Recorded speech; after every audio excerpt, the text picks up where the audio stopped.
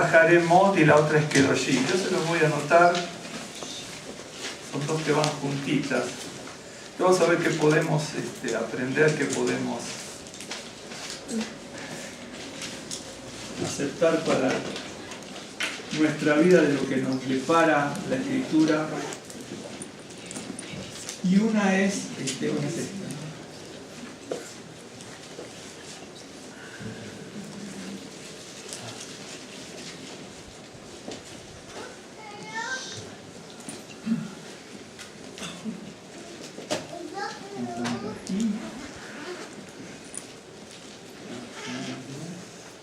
Aquí no. O T.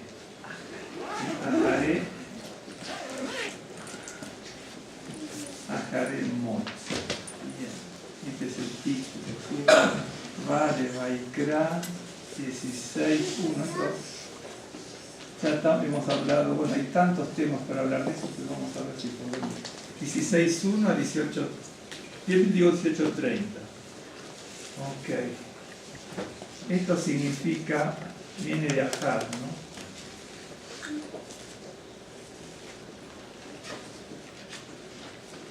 Ahar. Ahora se va a dar cuenta cuando leamos. Son los títulos que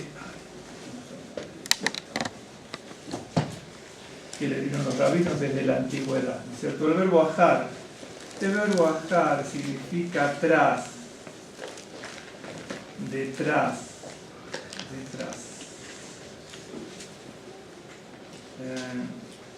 Después, en pos de. Claro, todo depende del pasaje, ¿no es cierto? Enseguida, al lado, entre otras cosas, tiene más significados, pero son los básicos estos, ¿no? Y todo depende de dónde está el contexto para traducir según conviene y corresponda. ¿De acuerdo? Y la palabra mot, bueno, mot es igual en definitiva, es esta de aquí y esta, significa muerte. ¿Se acuerda que murieron dos hijos de Aarón, no? Entonces dice, después de la muerte le dijo, tienes que hacer tal cosa. ¿Se acuerda? Entonces Aharemot. Obviamente el pasaje empieza antes, ¿no es cierto? Pero dice, después de, creo que voy a ver en Adonai, por cuando Moshe le dice a Aarón, después de la muerte, ok. Bien, el segundo pasaje, de allá, o para allá lo mismo, es Kedoshim.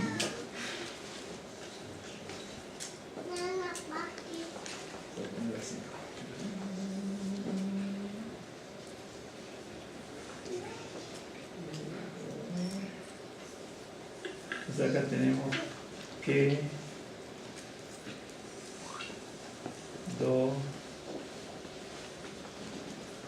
Shim. Aquí nada, Kedoshim. Obviamente esta la conocen, que viene de Kadosh, que significa santo, pero en este caso santos, ¿no? Está en plural. Esta IM es el famoso plural. Y no es cierto, y va de Vaikra, ya te lo digo, 19.1, 20.27.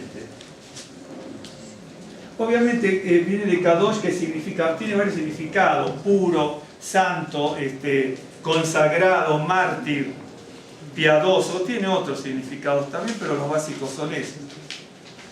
Entonces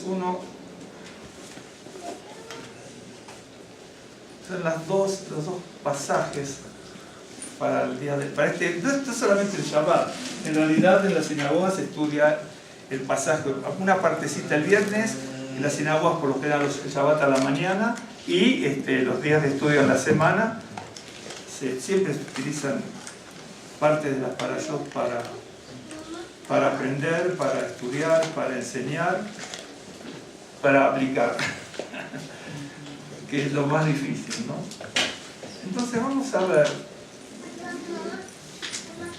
Entonces tenemos Aharemot, que significa después de la muerte o tras la muerte, según como que uno quiera traducirlo, ¿no?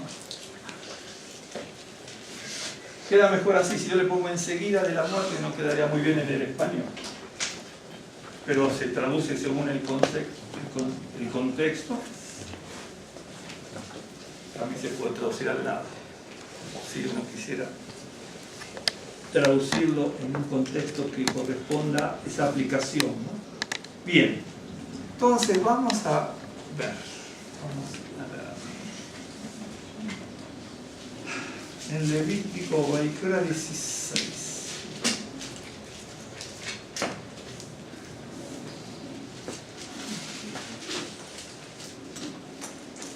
Acá dice, ¿no es cierto?,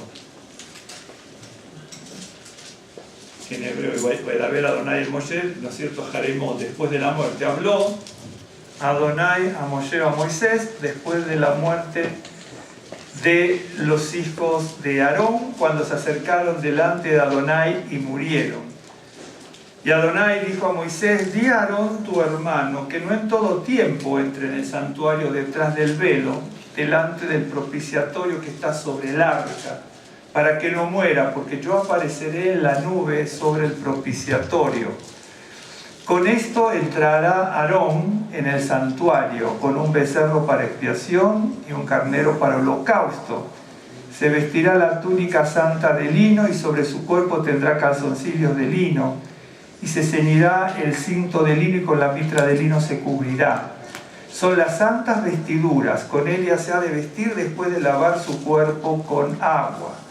Y de la congregación de los hijos de Israel tomará 2 machos cabríos para expiación y un carnero para holocausto, y hará traer a Aarón el becerro de la expiación que es suyo, y hará la reconciliación por sí y por su casa.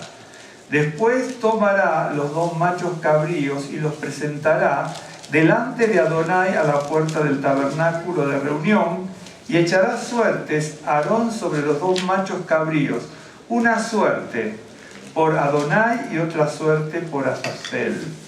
Y hará traer a Aarón el macho cabrío sobre el cual cayere la suerte por Adonai, y lo ofrecerá en expiación. Mas el macho cabrío sobre el cual cayere la suerte por Azazel, lo presentará vivo delante de Adonai para hacer la reconciliación sobre él, para enviarlo a Azazel al desierto.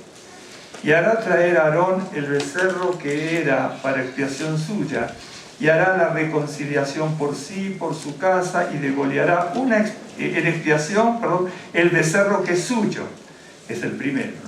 Después tomará un incensario lleno de brasas, de fuego del altar de delante de Adonai, y sus puños llenos de perfume aromático molido, y lo llevará detrás del velo, y pondrá el perfume sobre el fuego delante de Adonai. Y la nube del perfume cubrirá el propiciatorio, porque está sobre el testimonio para que no muera. Tomará luego de la sangre del becerro y la rociará con el dedo hacia el propiciatorio, al lado oriental.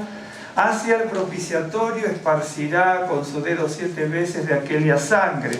Después degollará el macho cabrío en expiación por el pecado del pueblo, y llevará la sangre detrás del velo adentro, y hará de la sangre como hizo con la sangre del becerro, y la esparcirá sobre el propiciatorio y delante del propiciatorio.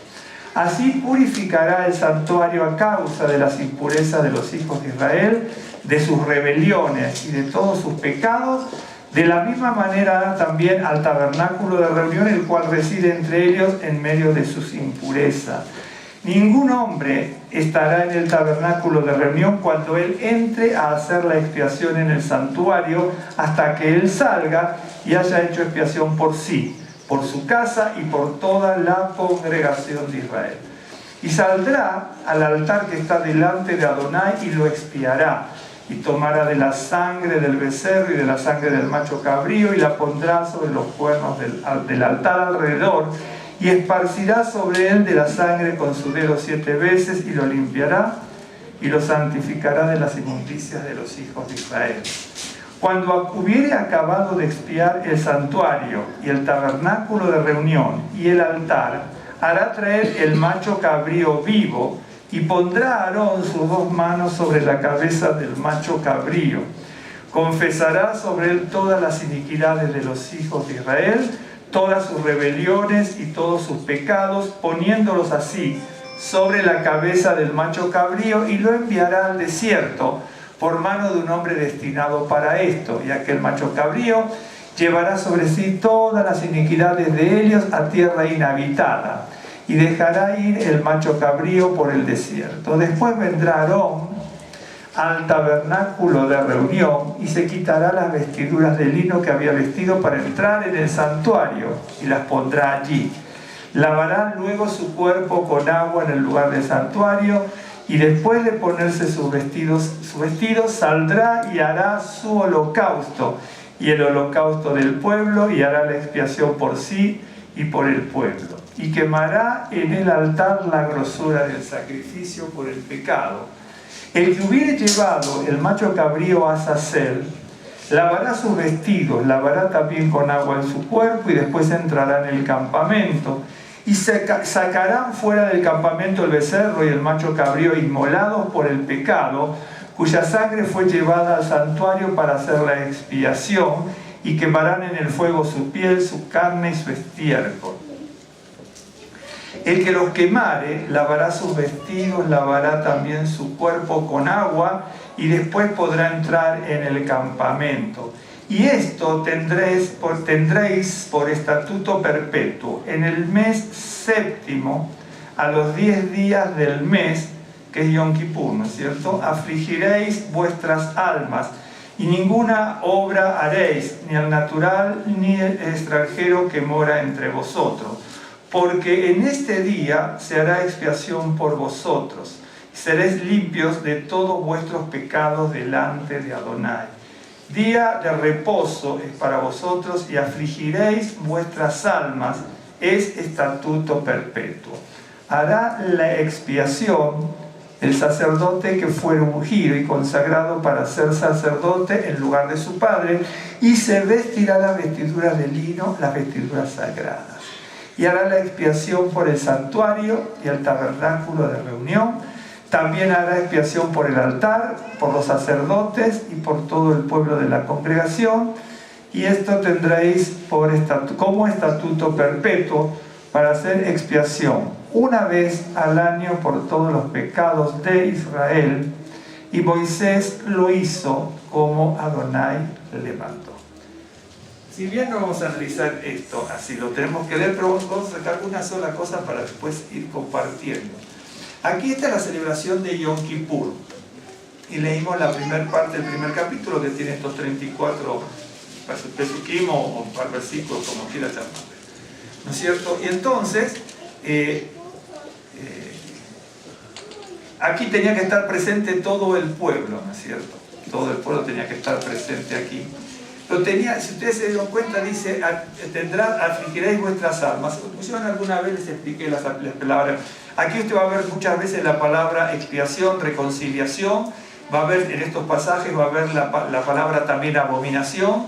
Para los que siguen, ¿no es cierto? Esto es abominación, esto es abominación, esto es abominación. Primero, la expiación, reconciliación y afligir el alma. Entonces todo el pueblo, todos, sacerdotes y todos, tenían que tener una cosa fundamental para esto. Y esa es la clave del pasaje, o una de las claves del pasaje, que si no hay un corazón dispuesto, no puede haber reconciliación. Si no hay un corazón dispuesto, no puede haber expiación. Si no hay un corazón dispuesto, no puede haber aflicción del alma. Porque, por ejemplo, cuando uno dice, bueno, vamos a afligir nuestra alma, a veces, ¿vieron cuando a veces hablamos de un corazón contrito? Hasta nos imaginamos estar así, ¿no es cierto? Pero no es el cuerpo así, es el corazón contrito, porque a veces no comprendemos ni bien las palabras en hebreo, pero tampoco las entendemos en el español, ¿no es cierto? Que es un corazón afligido, un corazón dolido, un corazón quebrantado, un corazón compungido, ¿no es cierto? Esa es la realidad. Es decir, por eso dice el salmista, una vez hablamos, ¿no es cierto? El corazón al alma hay que programarla, ¿se acuerdan? Se programa todo eso. Decía, bendice alma mía Adonai y no olvide ninguno de sus beneficios. Es decir, él está diciendo como si se desdoblara y clamara y dijera, bendice alma mía, como que el alma es un ente, ¿no es cierto?, que tiene, y se bendice alma mía. Es decir, el corazón hay que programarlo, hay que predisponerse, disponerse. Bien. Entonces vamos a ir hablando un poco de esto, de quién se dispone, quién no se dispone, quién se compromete, quién no se compromete. Acá dice, tienen que afligir el alma. Entonces vamos perdón, el pueblo iba al templo, ¿no es cierto? Y entonces, ¿de qué manera se afligía? Tenía que dolerse por sus pecados. Vio que había que expiar el santuario, el altar, expiación por los sacerdotes y después el pueblo, ¿no es cierto? Harás por tu familia, por el pueblo, por el santuario, por el altar, porque el pecado del hombre, ¿no es cierto?, hace que el santuario sea abominable, entonces es impuro. Y entonces hay que, no sé si el ser humano lo que toca lo destruye, ¿no? Desgraciadamente, si no está en el camino del Señor. Y en este sentido, le voy a mostrar algo. Luego, le quiero comentar esto y luego seguimos con lo del corazón, dispuesto el corazón. Y quiénes estaban dispuestos y quiénes no. Quiénes fueron beneficiados con un corazón dispuesto y quiénes no.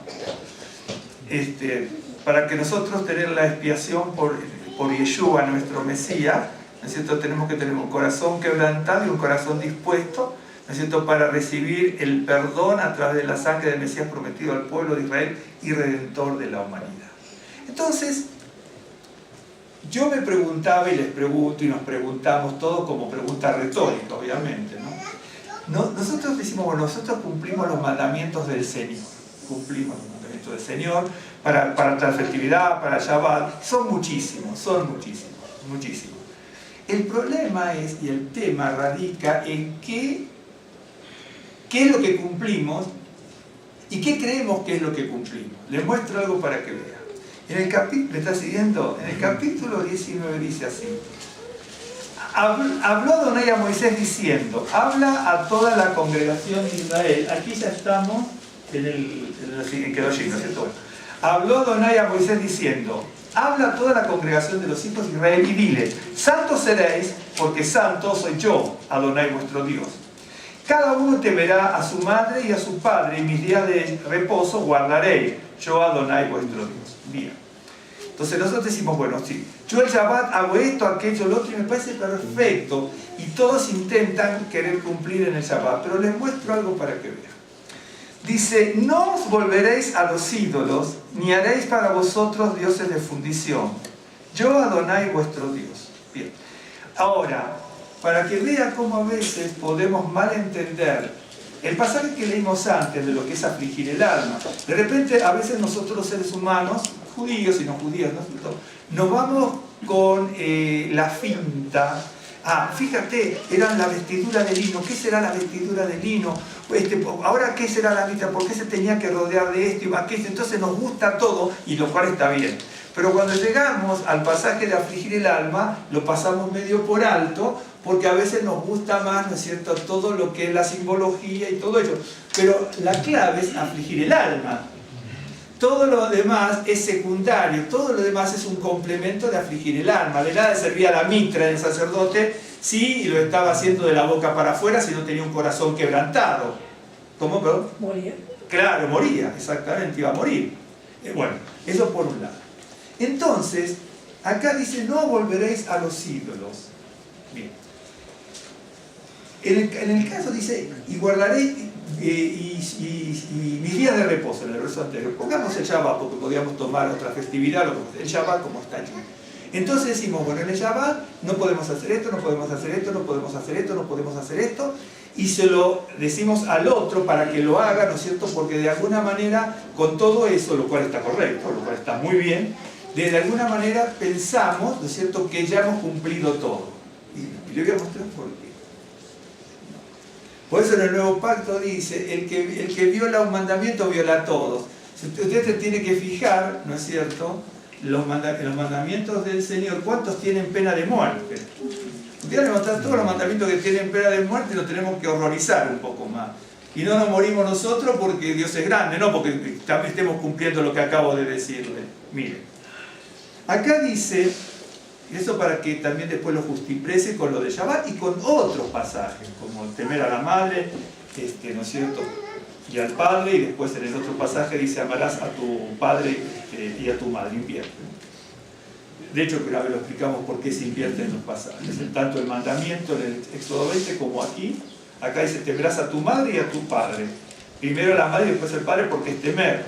Y en el otro mandamiento dice, honrarás, ¿no es cierto?, a tu padre y a tu madre, porque por vía natural el hombre tiende a temer al padre y no a la madre, y por vía natural el hombre tiende a honrar con bienes y proteger, cuidar y sustentar y sostener a la madre. Entonces, para equilibrar la balanza en el matrimonio de parte de los hijos, ¿no es cierto?, se pone primero temer a la madre y luego después honrar al padre, ¿no es cierto?, en el otro pasaje. Por vía natural es así. Entonces la Biblia es maravillosa. Dice, no os volveréis a los ídolos. Bien. Entonces usted me dice, bueno, yo no me vuelvo a los ídolos. Correcto, yo tampoco, pero tendríamos que ajustar la puntería de que no nos volvemos a los ídolos. ¿Sí? El verbo que se usa allí para decir, como dije, volverse, se puede traducir de muchas maneras. Es este verbo, es el versículo. Es el verbo paná.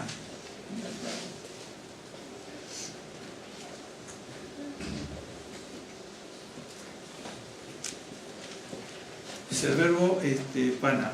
Igual con esta vocal. Bueno, la vocal de muchos nos interesa. Si se escribe sin vocales se nota. Es el verbo paná. El verbo paná significa volverse de algo, o algo, dirigirse, atender, prestar atención y mirar. Es un verbo tanto como el verbo mirar. Lo que nosotros les creemos en este pasaje, para que usted vea cómo entender la Escritura, creemos, yo no me vuelvo a los ídolos porque no los invoco, no busco para practicar eso, ¿no es cierto? Pero el verbo también significa mirar y prestar atención. Quiere decir que si usted se va a Israel y se va a Egipto a ver las pirámides, ya está violando ese mandamiento, porque no tiene que mirar. Si lo vemos por televisión también, si leemos libros también, si vamos a la ruina de Chichén Itzá también, estamos violando el mandamiento, porque el verbo no es solamente volverse, sino prestar atención a algo y mirarlo. Por eso le digo, de repente le imputamos a otro, tú en el Shabbat no haces esto y tú no haces lo otro, ¿no? Pero si está violando esto, usted hizo también. O no ve esos programas por televisión, o no tiene algún libro en su casa, no ha ido aquí o allá. ¿Okay? Por eso, ¿me estás diciendo? La Biblia hay que estudiarla, entenderla y comprenderla. Prima facie, correcto, no me vuelvo porque no los invoco y no los busco. ¿Sí? Pero más de uno tendrá libros en la casa, un ejemplo. Y se va, no sé, a algún otro país, ¿no es cierto? Y se van a ver la ruina de esto, la ruina de aquello, los monumentos de fulano y de mengano. ¿Cuántos cristianos o judíos también se van a Egipto y van a ver las pirámides y les gusta ver, ¿no es cierto?, lo de Amón, lo de Tutankamón, lo de Nefertiti, lo de fulano y de mengano? Entonces usted dice, bueno, pero lo que pasa es que yo no me vuelvo. Correcto, entonces no me venga a decir que yo no hago tal o cual cosa en el Shabbat porque yo le voy a decir que usted no hace eso.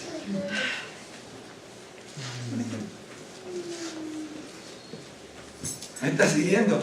Y el verbo significa eso. Lo que pasa es que nosotros a veces cuando estudiamos la palabra creemos que sabemos mucho y somos neófitos de la palabra.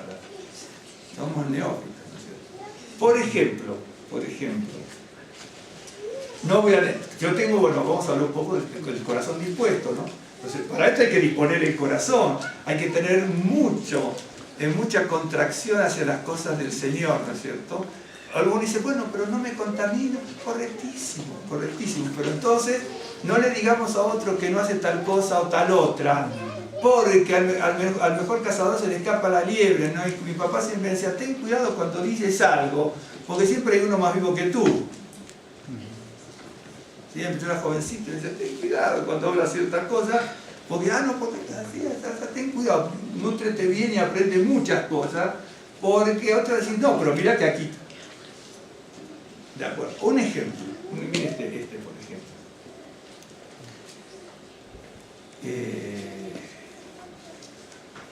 En el verso 11 dice, no hurtaréis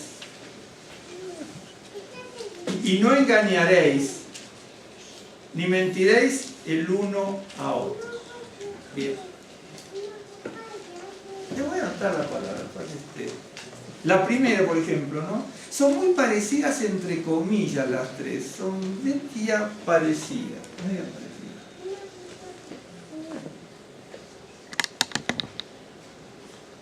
Es ganado.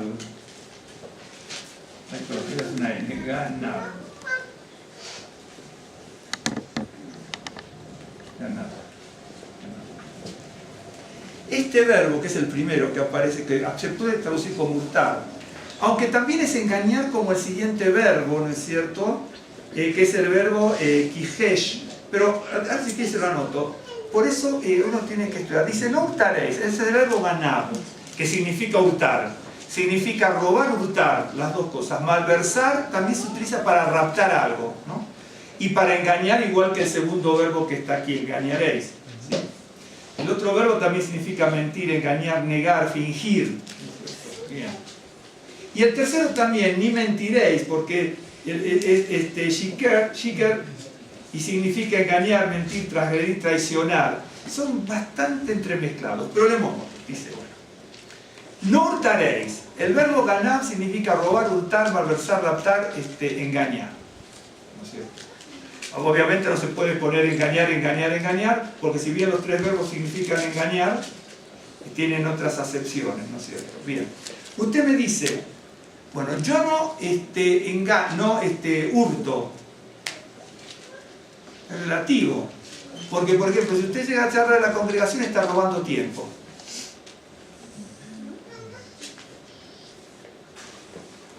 ¿De acuerdo? Hurta tiempo. Si usted no lee y estudia en su casa, hurta el tiempo a Dios si no estudia la Biblia. Y si no ora en su casa, le está robando el tiempo a Dios. Entonces, no me venga a decir usted no cumple tal cosa porque yo le voy a decir eso. Y así yo le podía hablar de todos los mandamientos. Los mandamientos hay que saberlos, estudiarlos, aprenderlos. ¿Me está siguiendo? Comprenderlos. Yo no robo, no, pero la palabra es hurtar. Por ejemplo, esta palabra ganar se utiliza, por ejemplo, ahora no me acuerdo del pasaje, no me traje los libros, no, pero no importa. Hay pasajes donde dice le robó el corazón. Se utiliza ganar lev. ¿De acuerdo? Que podría utilizarse para lo bueno y para lo malo. Si un muchacho le robó el corazón a la niña, en el buen sentido, le ganó el corazón, le robó el corazón, ¿qué puede utilizar? Y si no, también se utiliza para engañar, ganarle, le robó el corazón, ¿no es cierto? Lo traicionó, le engañó. Es un modismo, también hay otras palabras para decir ganar el corazón, obviamente. Pero para traicionar o para engañar, me refiero. Pero ganarle, el corazón. Ahora no me acuerdo de los pasajes donde aparecen eso. Creo que aparece por Absalón o por algún otro lado también aparecen esos pasajes. Pero a veces mi memoria no. ¿Me entiende? Entonces, uno tiene que tener cuidado del corazón muy dispuesto en las cosas del Señor. Entonces, sí, somos imperfectos, tratamos de cumplir lo máximo, pero poco a poco tenemos que tener cuidado y aprender, estudiar y comprender. Por ejemplo, si usted dice, bueno, está en la semana, ¿no es cierto? Y pasaron 3, 4, 5, bueno, pasan muchas cosas, pueden haber muchos sinsabores, enfermarse, lo que fuese, ¿no es cierto? Pero usted dice, bueno, pasó un día, 2, 3, no agarró la Biblia ni de costado. Bueno, pero entonces le estamos hurtando el tiempo a Dios. Y acá dice, no hurtaréis. No dice, no hurtes tal cosa, no hurtes en general. No hurtes en general. O por ejemplo, para hacerlo medio jocoso también, digo, hermano, ¿me puedo atender 5 minutos? Y le robé 45. Me está siguiendo, le estoy hurtando el tiempo, no estoy respetando su tiempo. Un ejemplo.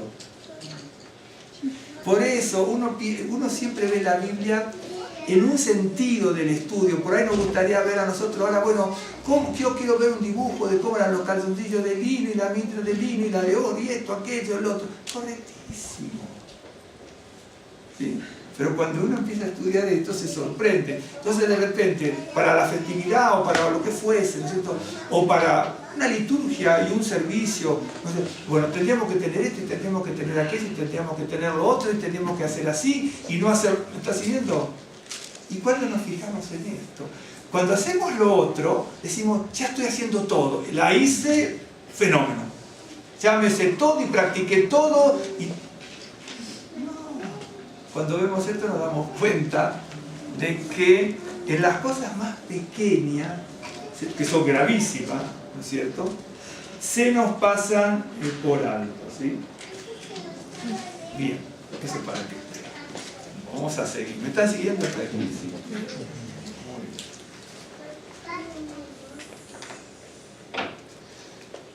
Muy bien.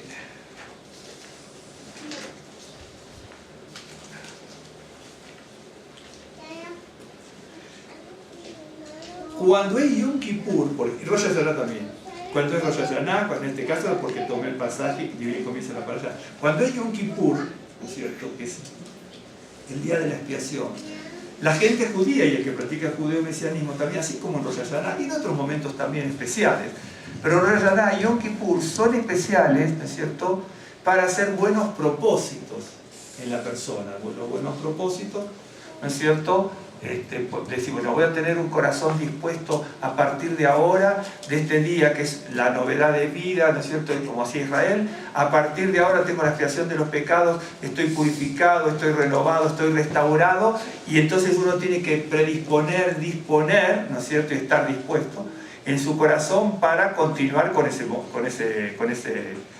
purificación que uno tiene, ¿de acuerdo? Bien. Entonces, les voy a leer algo. Por aquí, en el libro de Mateo 26, 40, 41, ¿cierto?, dice: vino luego a sus discípulos y los halló durmiendo y dijo a Pedro: así que no habéis podido velar conmigo una hora. Velad y orad para que no entréis en tentación. El espíritu a la verdad está dispuesto, pero la carne es débil. Por eso yo le decía, el espíritu está dispuesto, pero la carne es débil. Entonces, nosotros decimos, bueno, para Shabbat tenemos que hacer esto, no tenemos que hacer esto, tenemos en la festividad esto, aquello, lo otro, ¿no es cierto? Pero el espíritu está dispuesto, pero para lo otro, los mandamientos que acabamos de ver, ¿se acuerdan? Los discípulos le decían, ¿no es cierto?, a Yeshua le decía, ¿no es cierto?, cuando apareció la multiplicación de los 4.000 y de los 5.000. Señor, en este momento, ¿no es cierto?, es algo glorioso, lo querían proclamar rey ahora. Entonces ni entendían nada, los discípulos no entendían nada como a veces lo entendemos nosotros. Y Yeshua le dice: ellos vienen por los panes y por los peces, ustedes no entienden nada de espiritualidad. Ellos vienen por los panes y por los peces y ustedes me quieren hacer rey de ellos. Es eso lo que le pasa. Si ustedes leen pasajes así. Y entonces, Señor, dice, quiere que mande fuego del cielo para que consuma a estos samaritanos. Le daban orden de todos lados. Toca a la mujer que tenía flujo de sangre, lo toca, ¿no es cierto? Dice, ¿quién me ha tocado? Señor, todos te oprimen y aprietan. Y dice, ¿quién me ha tocado? Sí, porque salió poder de mí. Es decir, lo que Yeshua está diciendo, todos me oprimen y aprietan, pero nadie me toca. Nadie me toca. Todos oprimen y aprietan. ¿Sabes lo que significa oprimir y apretar? Bueno, en la fiesta y en el Shabbat, si no hacemos esto, estamos en flagrante desobediencia. ¿Sí? ¿De acuerdo? Eso es oprimir y apretar. Pero a la hora de la verdad nos olvidamos del propósito del Shabbat y de la fiesta. ¿No es cierto? Porque si no hago tal cosa, que si muevo tal cosa, y si no muevo tal cosa, y tal otra, y tal otra. ¿De acuerdo? Pero es preocuparse más por la forma y no por el fondo. Exacto. Los símbolos son interesantes, pero ¿qué pasa cuando yo me doy cuenta, ¿no es cierto?, de que me vuelvo a los ídolos? De una u otra manera me vuelvo a los ídolos, ¿no es cierto? Obvio, cuando a veces guardamos cosas, ¿no es cierto?, él dice, bueno, esto lo tengo que guardar, y sabemos que usted y yo nos vamos a morir. Y eso que usted guardó, ¿no es cierto?, ¿dónde va a ir a parar? Al primo menos querido. Claro, se va a parar al menos querido. Esa es la realidad. Mi padre hablaba mucho de eso, mi mamá también, pero mucho más mi papá. De eso, ¿no? De cómo hacer las cosas, ¿no? Bueno, entonces dice, así que no, bueno, decía, a Yeshua le daban orden, le dice, Señor, todo el mundo te oprime y aprieta, y tú dices que me ha tocado. Si alguien me ha tocado, porque salió poder de mí. Y los discípulos ahí no habían entendido el poder del Señor, Y tampoco habían entendido lo que significaba la alimentación de los 4 y 5.000, que tampoco la entendemos mucho, y a veces en las iglesias tampoco lo entienden, porque lo explican de una manera que a mí no me convence, realmente. No es porque me tengan que convencer, pero creo que no es así. ¿No es cierto? Lo que significa 4.000 y 5.000. 4.000 está representando a los gentiles, 5.000 a los judíos, etc. De hecho, que nunca explicó. Nunca lo explicó. ¿Se acuerda que nunca explicó eso? Vio que en el judaísmo tenemos varios sistemas de interpretación, que es el pardés. La S final es el sot, que significa lo misterioso y lo secreto. Está el derash, bueno, y el sot. Cuando alguien dice que Yeshua no hablaba de esa forma, habló de esa forma. Si Yeshua habló en sot ahí. Porque cuando los discípulos, cuando los encuentra, ¿se acuerdan que los encuentra en la nave? Estaban peleando. Dice, ¿por qué peleáis? Dice, porque estaban discutiendo porque quién llevó y no llevó pan. Dice, ustedes no entendieron lo que yo hice con los 4.000 y los 5.000. No lo entendieron. Pero no se los explicó. Porque estaba hablando como rabino, con el sot, con el misterio y el secreto que tiene que ser revelado solamente para que las personas que tienen el corazón dispuesto para buscar y entender. Y no se los explicó a los. Yo le preguntaría a usted, bueno, explíqueme qué es los 4.000 y 5.000, qué significa la cantidad de cestas de un lado y la cesta del otro, con panes y peces. Tiene una explicación, pero él la dejó en el sot, la dejó en el del pardés, la dejó en el sot, en lo secreto, en el misterio. O no le dijeron a sus discípulos, Señor, ¿por qué les hablas en parábolas que no entienden nada? O no les dijo así. Les hablan en parábolas para que no entiendan. La parábola es para la persona que está dispuesta, el corazón dispuesto, afligido, contrito, humillado delante del Señor, y ahí se clarifican las cosas. Y Yeshua hablaba con ese misterio, mucha gente no lo sabe, y a gente que va a la iglesia también. Dicen, no, y Yeshua hablaba muy fácil, Yeshua hablaba súper difícil.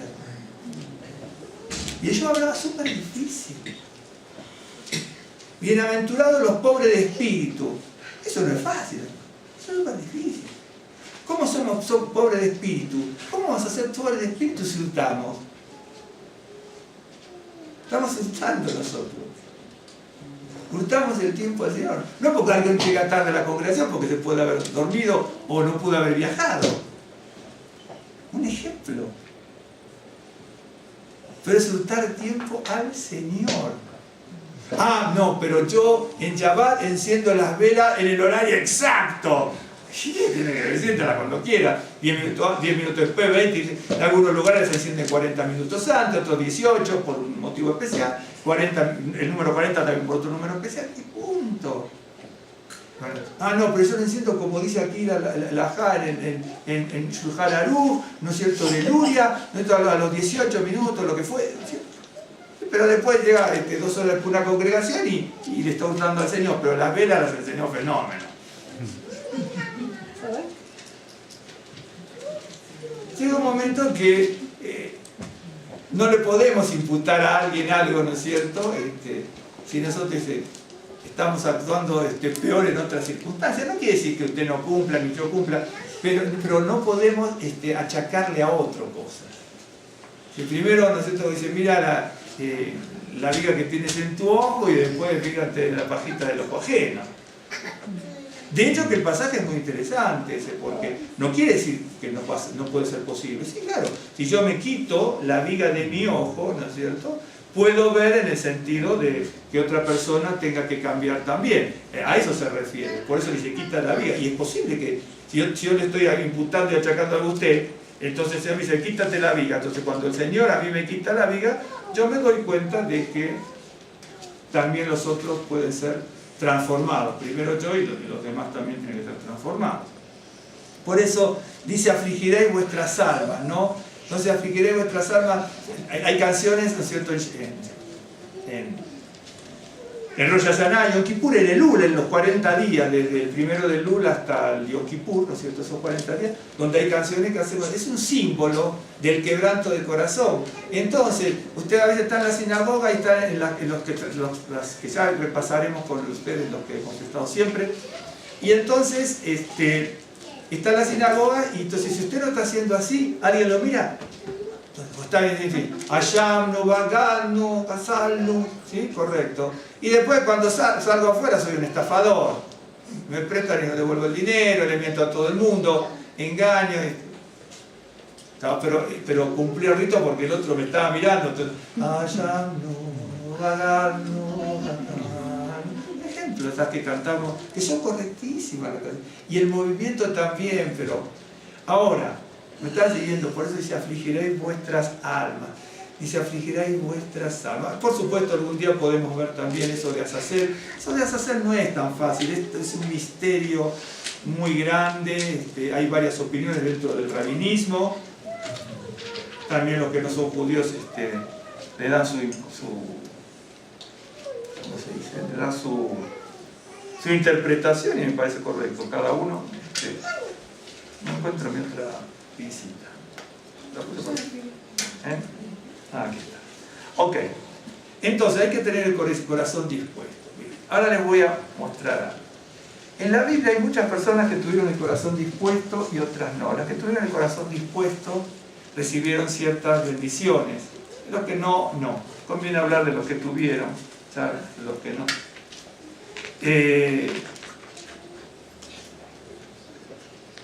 En Josué 24-29 tenemos que valernos de la Escritura para ver, ¿no es cierto?, los buenos ejemplos que nos sirven para darnos una buena orientación, una buena enseñanza de cómo debemos conducir nosotros nuestras vidas. Y entonces en Josué 24-29 dice, después de estas cosas, murió Josué hijo de Nun, siervo de Adonai, siendo de 110 años. Josué 24-29, quédese ahí siempre. El nombre de Josué aparece, bueno, no es el único, hay 4 personajes que son Josué, 4 creo, sí. Aparece creo que 247 veces, creo.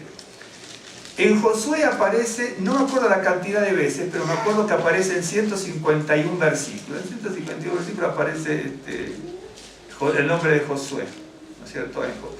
Creo que son unas pocas más, porque en algunos versos se repite 2 veces. Pero son 247 veces que aparece el nombre de Josué. Obviamente no es el único Josué. Hay 3 personajes más que se llaman José. Creo que son 3, no más. Josué es una persona que ocupa un lugar de privilegio tremendo en el pueblo de Israel. A veces nos olvidamos de él, pero ocupa un lugar de gran privilegio. Sin embargo, no aparece en los héroes de la fe del capítulo 11 de Hebreos, por ejemplo. Y a lo mejor tendría que haber aparecido, porque en definitiva es el que introduce. Dice que bueno, entraron en la tierra y se destruyó Jericó y todo, pero jamás lo nombran a Josué, ¿no es cierto?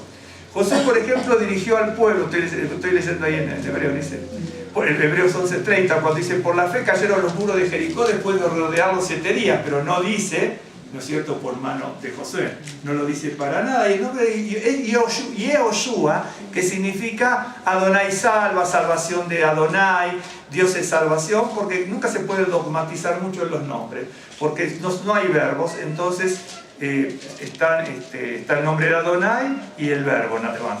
Están verbos pero no construidos, me refiero. Entonces Adonai es salvación, salvación de Adonai, Dios, Adonai es quien salva, el que es salvado de Adonai, bueno, así. Cuando uno ve la historia de Josué, no se ve en él rasgo de egoísmo, no buscaba nada para sí mismo, cuando uno ve el texto, ¿no es cierto? Y este hombre estuvo dispuesto a acompañar a Moisés 40 años, ¿no es cierto?, estando al lado para servir al Señor y servir a Moisés, y 40 años estuvo al lado de él, ¿no es cierto?, sin buscar ningún beneficio personal. Cuando se reparten las tierras en Josué 19, 49, 50, dice así: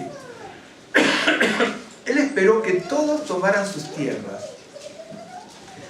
Después que acabaron de repartir la tierra en heredad por sus territorios, dieron los hijos de Israel heredad a Josué, hijo de Nun, en medio de ellos.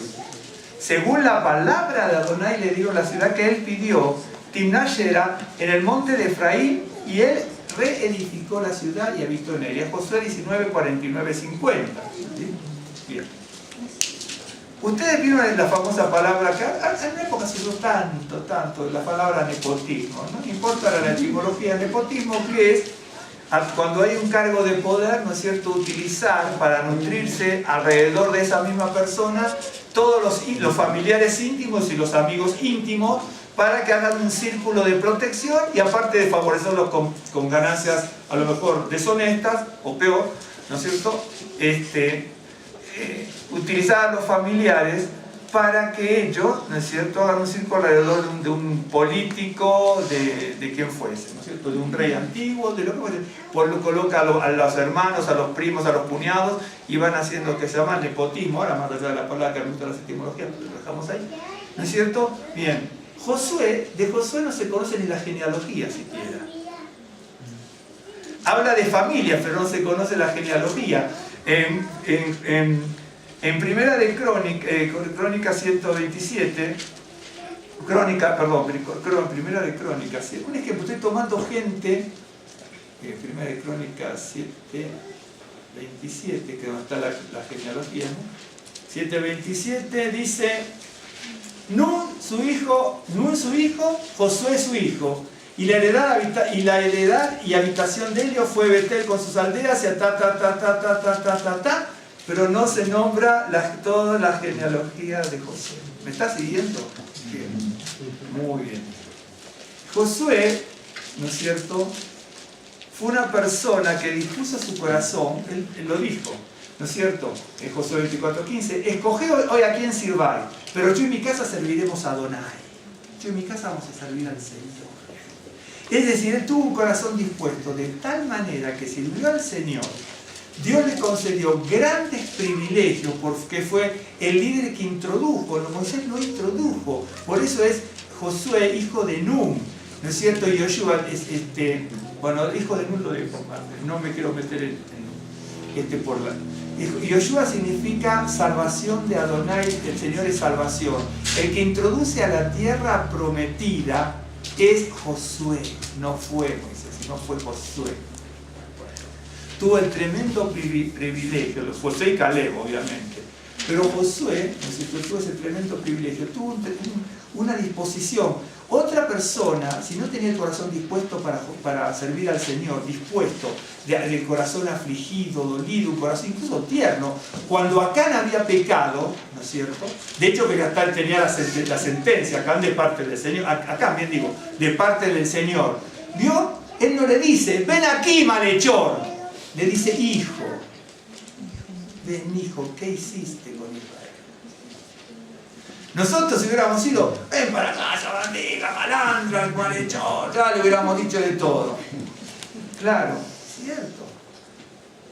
Pero ese es el que tiene el corazón dispuesto. Y cuando le dice, hijo, dice, ven aquí, dice, hijo, da la gloria a Dios.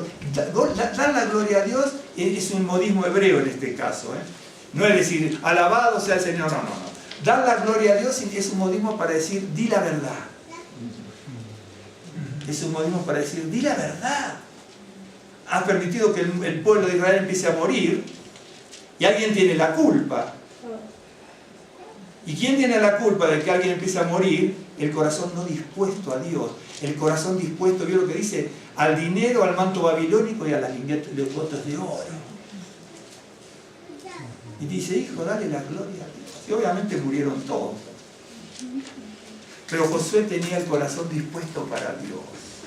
Ese es un corazón dispuesto, ¿no es cierto? Entonces, él lo buscó. Un ejemplo, hay tantos casos, vamos a ver en algunos casos que son importantes. Uno hubiera dicho, si hubiéramos sido usted o yo, o no nosotros, tal vez nosotros no seamos tan malos en este caso, ¿no? Si alguien hubiera sido Josué entraba y entonces, los mejores terrenos para mí, para el líder, los mejores terrenos para Josué. Los más alejados del peligro, los que tengan mejores sembradíos, los que tengan mejor pastura para la ganadería.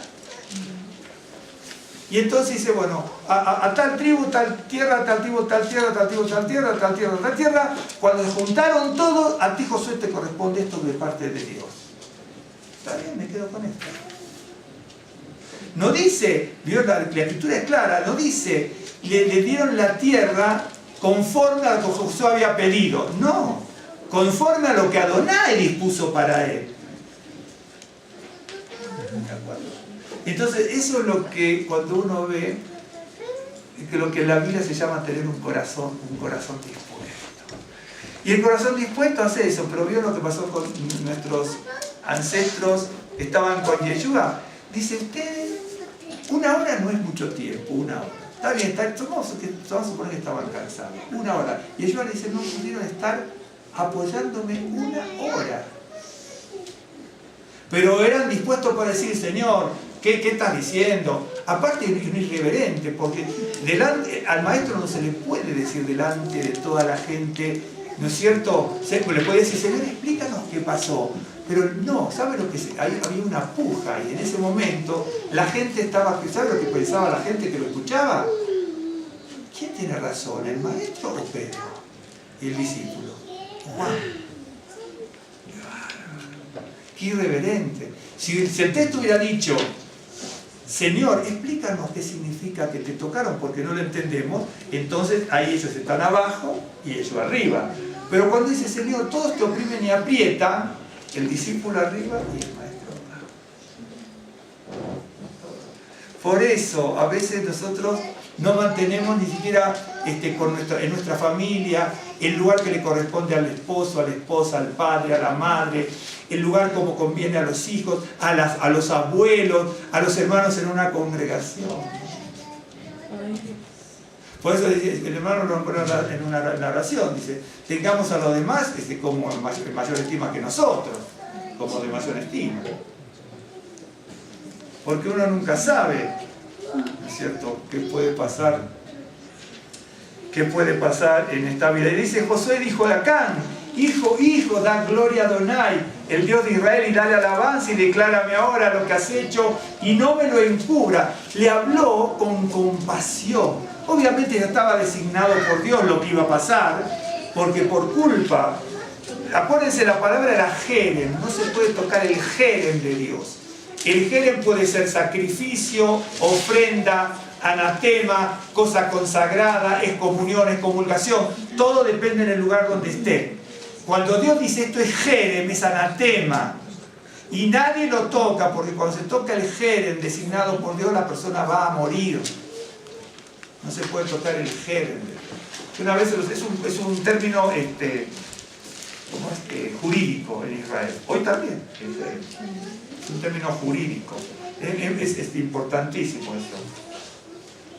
El jerem de Dios. Bien. Les voy a mostrar algunos casos.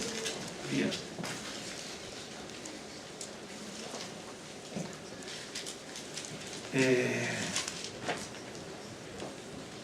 En Segunda de Crónicas,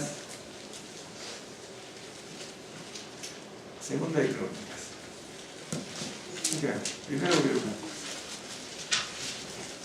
Capítulo, ya les digo enseguida. Vamos a ir al 19, pero primero les voy a mostrar algo. Ustedes tienen que conocer la historia para comprender qué pasó a nuestro pueblo y de ahí sacar las enseñanzas. Ahí me dice, afligiréis el alma. ¿Cómo me voy a afligir el alma? ¿No es cierto? Ahí, si no estoy dispuesto, ahí en Israel todo el mundo tenía que llegar al templo o en las inmediaciones del templo, ¿no es cierto?, para ver nada más ni nada menos que la expiación de los pecados del altar, producto de mi pecado, el pecado del sacerdote, que también hace impuro el altar, y también la expiación de mis pecados. Y tengo que tener mi corazón dispuesto para que el Señor haga una obra. En Segunda de Crónicas, un segundito, ¿no?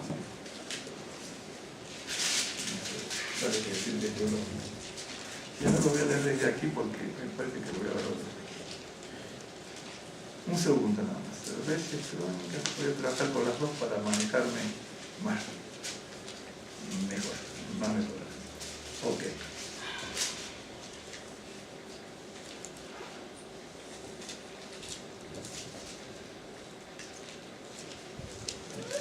Le voy a leer. Primero, Segunda de Crónicas 18, escuche. Tenía pues Josafat riquezas y gloria en abundancia, y contrajo parentesco con Acab. Josafat era el rey de Judá y de Benjamín, y Acab era el rey de Israel. Y contrajo parentesco con Acab. De hecho, que su hijo Joram, que le va a suceder a Josafat, se casó con una de las hijas de Acab. Y Joram, cuando muere Josafat, ¿no es cierto? Cuando muere Josafat, le deja el reinado a su hijo Joram, ¿no es cierto? Que tenía varios hermanos, no me acuerdo. Y Joram, que había emparentado con una hija de Acab, Josafat sí era bueno, pero Joram, ¿no es cierto?, era el primogénito. Y entonces fue elevado al reino cuando murió Josafat. Estoy leyendo la Biblia.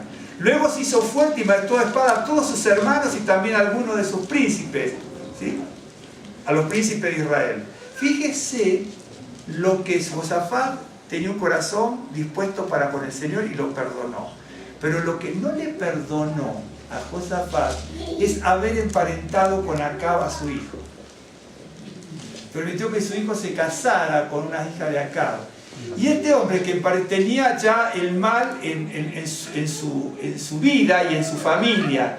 Y entonces cuando muere Josafat y Joram queda como rey, ¿no es cierto? Dice, bueno, a mis hermanos les dio esto, y a mí me dio el reino, pero por las dudas los mato a todos y me quedo con todos.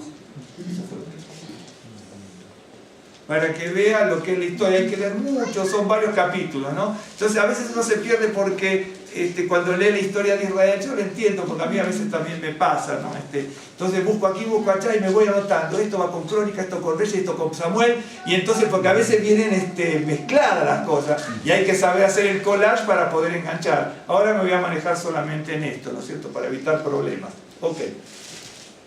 Y entonces, capítulo 18.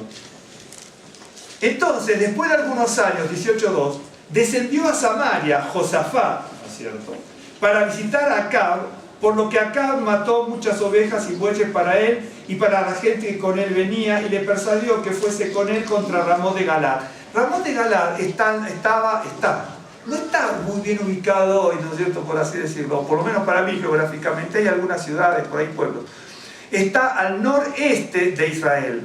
Era de Israel, pero después lo tomaron distintos imperios y había también hebreos, pero también estaba siempre dominada por enemigos, ¿no es cierto?, por países ajenos, sino era Siria, y siempre quedaban bastiones de gente, de ejército o poblaciones que en su momento invadieron Israel y dejaban así su grupo. Como hoy también, vio, por ejemplo, no sé, vamos a poner, Estados Unidos va a ciertos países de Arabia, ¿no es cierto? O por ejemplo, termina la Guerra Mundial, ¿no es cierto? Termina la Guerra Mundial, y entonces el perdedor es perdedor y el vencedor es el rey. Y entonces vio que Estados Unidos tiene bases en Alemania, tiene bases en Japón, tiene bases en todos lados, porque dejó a sus ejércitos allí, ¿no es cierto? Porque es la policía del mundo. No quiero hablar de esto. Bueno. Y dijo Acab, rey de Israel, a Josafat: ¿quieres venir conmigo? Es decir, el rey Acab, ¿cierto?, que había emparentado con Jezabel, ¿se acuerdan ustedes? Le dice a Josafat que lo fue a visitar, ¿no es cierto?, y contrajo parentesco con Acab, por su hijo. Dice: ¿quieres venir conmigo a Ramot de Galaad, que está al noreste de Israel? Y él respondió: yo soy como tú y mi pueblo como tu pueblo, iremos contigo a la guerra. Además dijo Josafat al rey de Israel: te ruego que me consultes hoy la palabra de Adonai. Entonces el rey de Israel, Acab, reunió a 400 profetas y les preguntó. Acuérdense que era el número 440 o 400, es un tiempo humano. Acá cuando dice 400 profetas está hablando de que no, al decir 400 está hablando de que no puede haber palabra de Dios porque es el número 400. Entonces sabemos que la palabra va a ser engañosa. Por eso hay que entender el 4, el 40, el 400 y el 4000 que yo les decía antes, que representaba a los gentiles. Entonces el rey de Israel reunió a 400 profetas y les preguntó: ¿iremos a la guerra contra Ramot de Galaad o me estaré quieto? Y ellos dijeron: sube, los 400 profetas de Israel. Sube porque Dios los entregará en manos del rey. Pero Josafat, el rey de Judá, dijo, ¿hay aún aquí algún profeta de Adonai para que por medio de él preguntemos? Esto es irónico, porque están hablando dos reyes, ¿de acuerdo? Y uno dice, tú me preguntas por un profeta de Adonai. En el otro Dios que dice profeta de Dios, que es Elohim, ¿correcto? Te traje 400 profetas de Elohim, acá le podía haber dicho eso, y tú me estás humillando que quieres un profeta de Adonai. ¿De acuerdo? Bien. Es tremendo el pasaje. Hay una tensión muy grande, se nota. Entonces, el rey de Israel, acá respondió a Josafat, aún hay aquí un hombre por el cual podemos preguntar a Adonai, mas yo le aborrezco porque nunca me profetiza cosa buena, sino siempre mal. Este era Mijayahu, ¿ok? Mijayahu significa quién como el Señor, quién como Adonai. Pero no estaba solamente él, estaba Elías también. Pero Elías estaba escondido también, ¿de acuerdo? Y Micaías lo tenían en unas cuevas por allí. No lo querían ni ver hasta Micaías. Ok. Dice, lo aborrezco porque nunca me profetiza cosa buena. No es que le profetizaba la palabra de Dios, pero para el impío la palabra de Dios no es cosa buena. Eso es hay una tensión terriblemente grande, una lucha muy grande entre Josafat y Acab. Lo malo es que de alguna manera querían emparentar reinos, como a lo largo del medioevo también y todo esto. Y entonces querían emparentar reinos y bueno, se casa con el hijo de Josafat. Bien. Y respondió,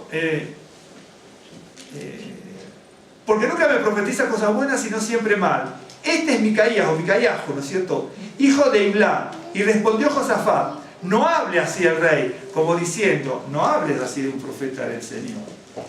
Este profeta no, porque está hablando de la palabra del Señor. Bien. Entonces el rey de Israel, Acab, llamó a un oficial y le dijo, haz venir luego a Mijayahu, hijo de Imlá. Y el rey de Israel, Acab y Josafat, rey de Judá, estaban sentados cada uno en su trono, vestidos con sus ropas reales, en la plaza junto a la entrada de la puerta de Samaria, y todos los profetas profetizaban delante de ellos.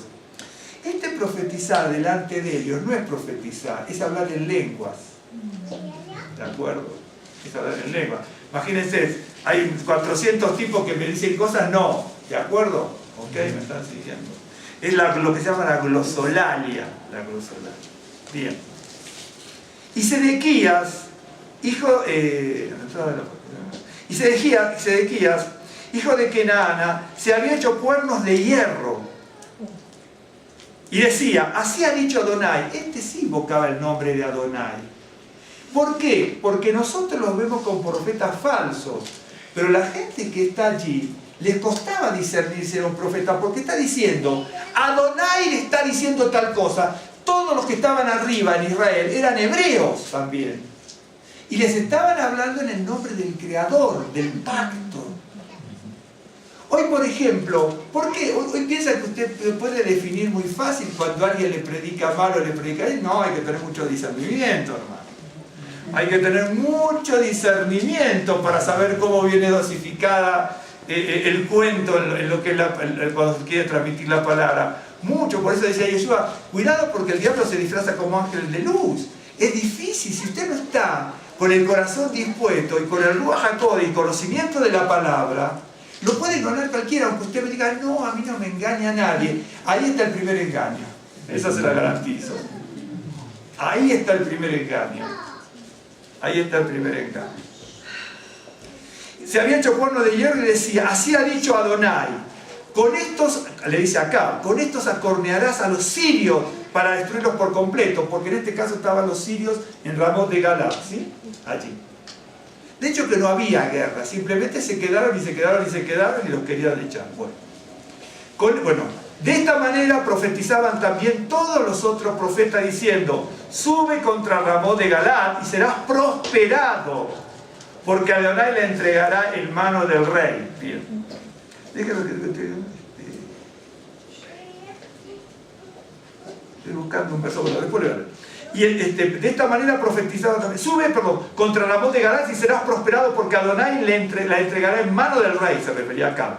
Y el mensajero que había ido a llamar a Micaía, o Micaías, le habló diciendo: he aquí las palabras de los profetas, a una voz anuncian al rey cosas buenas. Yo pues te ruego que tu palabra sea como la de uno de ellos, que hables bien. Lo que le está diciendo a Micaías: los profetas le están endulzando el oído al rey. Diles lo mismo. Acá no lo dice. Diles lo mismo y no vas a estar escondido en una cueva. Si le dices lo que el fiel quiere oír, vas a tener palacio. En serio, eso es lo que dice el pasaje. Dijo Micaías: vive Adonai, que lo que mi Dios me dijere, eso hablaré, y vino al rey. Y el rey le dijo: Micaías, ¿iremos a pelear contra Ramot de Galad o me estaré quieto? Micaías respondió: subid y seréis prosperados, pues serán entregados en vuestras manos. El rey Acab le dijo: ¿hasta cuántas veces te conjuraré por el nombre de Adonai que no me hables sino la verdad? ¿Vio lo que le está diciendo? Le está diciendo lo que le dicen otros. Le está diciendo lo que él quería oír, ¿no es cierto? Y que asumía como la verdad, pero le está diciendo: dime la verdad. ¿Se da cuenta? Cuando uno lee la Biblia tiene que tener mucho cuidado por este tipo de pasajes, este tipo de situaciones así, que de un lado y del otro se van moviendo. Hay que entenderlas y leerlas mucho y apreciarlas, porque si no, uno no va a entender, como en el caso que yo les mostré de los mandamientos: no hurtéis o no miréis. Nosotros decimos: yo no tengo oídos en mi casa, pero lo ve por televisión y le gusta ver tal o cual cosa, o si alguno se va a otro país, se va a aquello, acá, allá, ¿no es cierto?, a ver las ruinas de aquí, las ruinas del otro lado, y los monumentos de aquí, los monumentos de allá. Y la Biblia lo reniega. Un ejemplo. Bien. Ok, les sigo para que vean. Entonces Micaías dijo,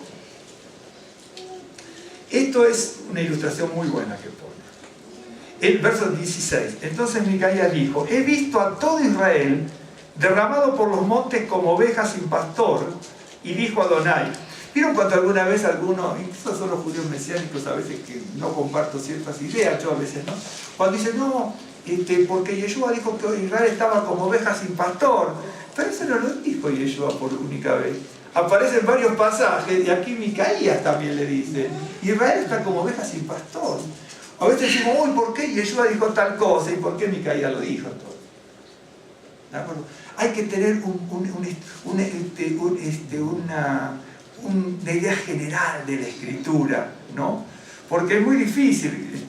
Siempre aprendí algo, yo aprendí desde muy chiquito eso, y lo repetí como un montón de veces: nadie puede enseñar lo que no sabe ni dar lo que no tiene. Entonces, si no tenemos un panorama completo, mejor que no cachemos la boca. Y dice, he visto a todo Israel derramado por los montes como ovejas sin pastor. Y dijo Adonai: estos no tienen señor, vuélvase cada uno en paz a su casa.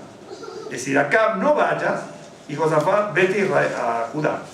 Y el rey de Israel dijo a Josafat: ¿no te había dicho yo que no me profetiza bien sino mal? Entonces él dijo, Micaías: oí pues palabra de Adonai.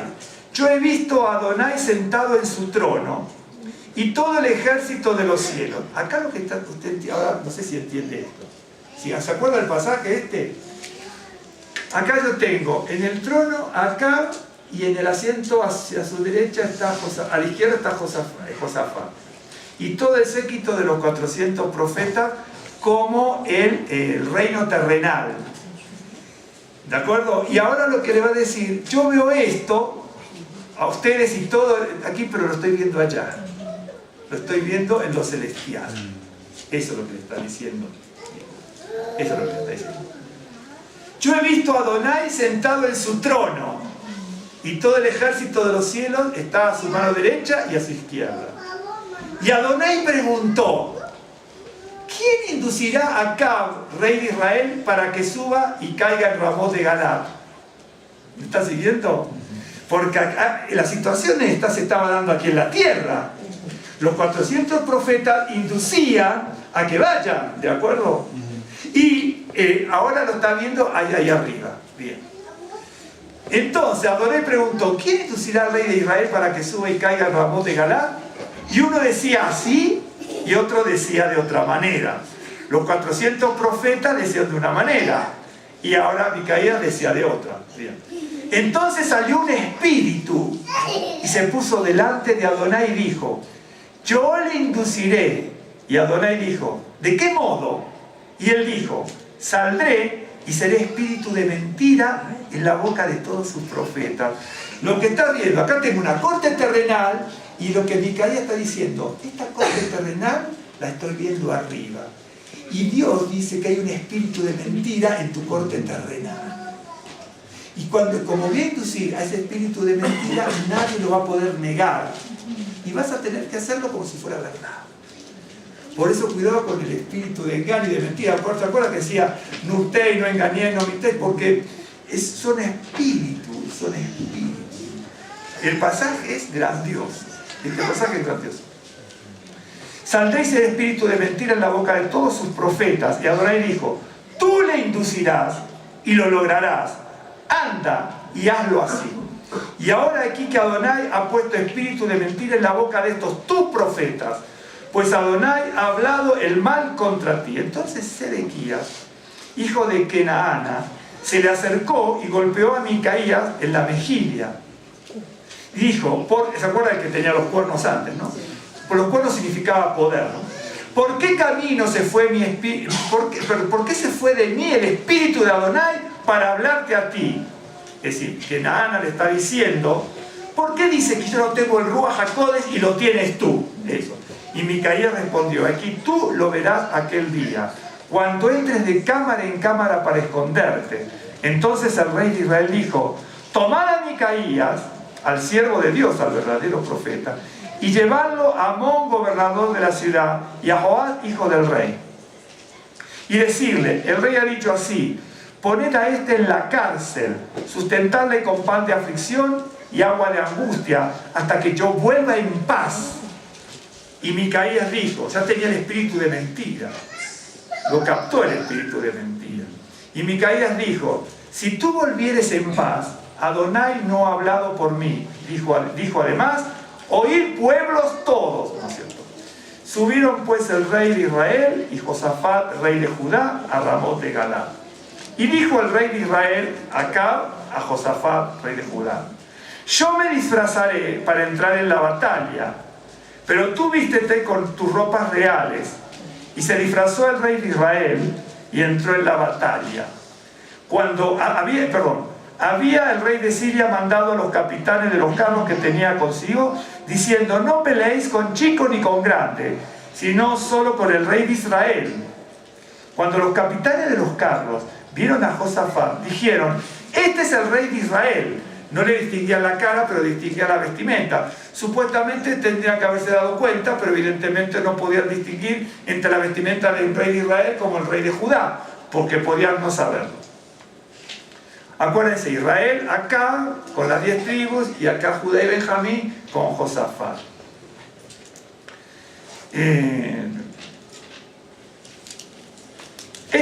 Cuando lo vieron dijeron, este es el rey de Israel. Y lo rodearon para pelear, mas Josafat clamó y Adonai lo ayudó y los apartó Dios de él.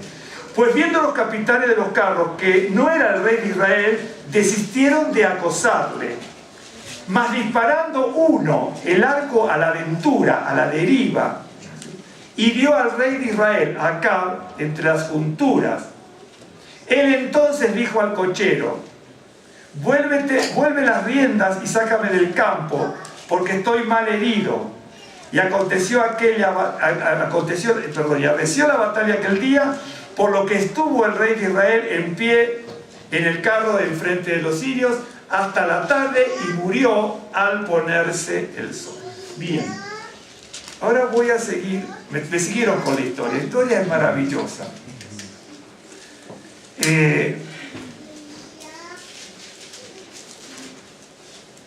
En el 19.1 dice, Josafat, rey de Judá, volvió en paz a su casa en Jerusalén, después de la muerte de Acab. Y le salió al encuentro el vidente Jehú, hijo de Ananí, y dijo al rey Josafat: ¿al impío das ayuda y amas a los que aborrecen a Adonai? Pues ha salido de la presencia de Adonai ira en contra de ti por esto. Pero se ha aliado en ti cosas buenas, por cuanto has quitado de la tierra las imágenes de acera y has dispuesto tu corazón para buscar a Dios.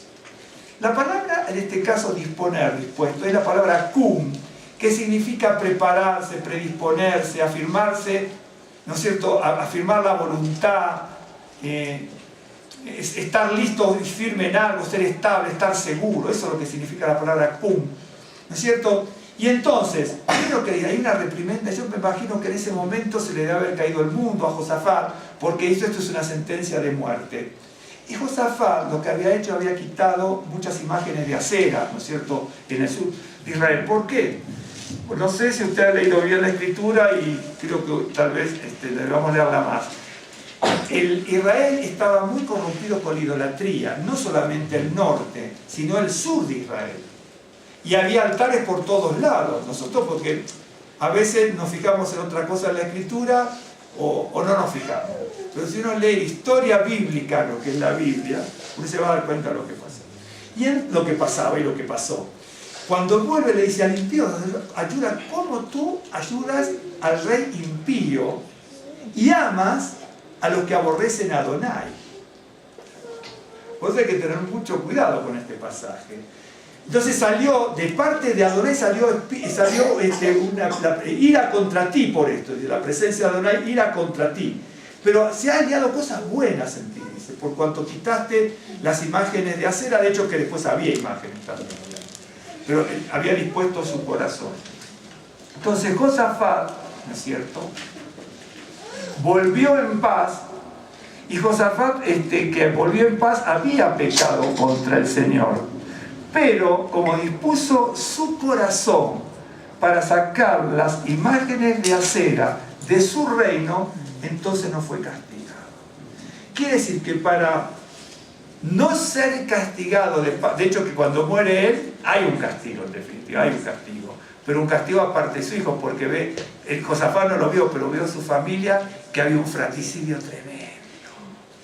Porque el que emparentó con la maldad de Acab termina haciendo un fratricidio tremendo con su familia. Y sí, las cosas tienen su repercusión. Tarde o temprano, las cosas van a tener su repercusión. Usted dice: ¿Dios es malo? No, Dios no es malo, Dios es relativo, no. Pero hay un antecedente y hay un consecuente, ¿no es cierto? Hay una causa y hay un efecto. Dice: Dios salió un espíritu de ira, porque en definitiva es un espíritu de ira, del Señor contra ti. Porque tú, en definitiva, te vemos como el rey que quita toda la idolatría, y después te vemos emparentando a tu familia con los impíos. Pero como se encontraron cosas buenas que hiciste lo más posible para que Israel no tuviera ídolos, entonces no hubo castigos en este caso así. Tendríamos que seguir leyendo, ¿no es cierto? Pero con Josafat. Por eso aquí vemos que Josué tuvo un corazón dispuesto, ¿no es cierto? Lo que pasa es que el corazón dispuesto no significa que vamos a recibir el oro y el moro y que vamos a recibir prestigio. Porque ni siquiera lo recuerdan en los héroes de la fe. Y desde mi punto de vista tendría que estar Josué en los héroes de la fe. Porque es el que introduce la tierra prometida. Pero no se le nombra. Ni tampoco en la genealogía aparecen todos sus descendientes y lo que pudieron haber hecho o no. No aparece. Y los midrashim aparecen algunas cosas, pero no en la Biblia. Porque el que tiene el corazón dispuesto no espera la gloria. Si viene la bendición, la misericordia de Dios, si viene la prosperidad, si viene la bienaventuranza, bienvenido sea. Pero el siervo de Dios, el Hijo de Dios, que busca la gloria de Dios y que dispone su corazón, no necesita, no espera la gloria. Ninguno espera la gloria, verdaderamente. Ya vamos a ir terminando. Por ejemplo, Salomón, ¿no es cierto?, tuvo grandes riquezas. Pero si usted se fija en Segunda de Crónicas 7:11 dice: terminó pues Salomón la casa de Adonai y la casa del rey. Y todo lo que Salomón se propuso hacer en la casa de Adonai y en su propia casa fue prosperado. ¿De acuerdo? No vamos a leer toda la historia como le hicimos anteriormente, ¿no es cierto? Pero Salomón dispuso su corazón para construir la casa del Señor. Entonces, como él dispuso su corazón, ¿no es cierto?, para la casa de Adonai y su propia casa, en todo fue prosperado, si usted sigue leyendo. ¿Por qué? Fíjese en esto. Tenemos que tener un corazón dispuesto para las cosas del Señor, ¿sí?, pero también para la casa de cada uno. O sea, para la casa de cada uno. Veo que dice: aquel que no provee para su casa es peor que los impíos.